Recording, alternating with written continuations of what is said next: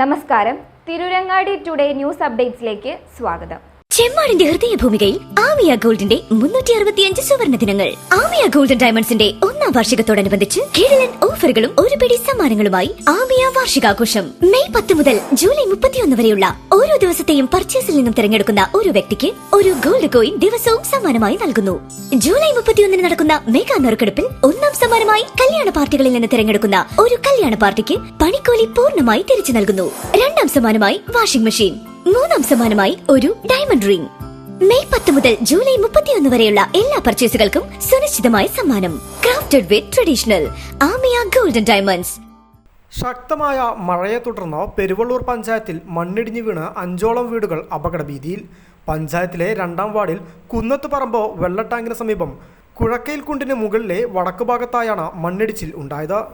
മണ്ണിടിഞ്ഞതോടെ 5ഓളം വീടുകൾ അപകട ഭീഷണി നേരിടുകയാണ്.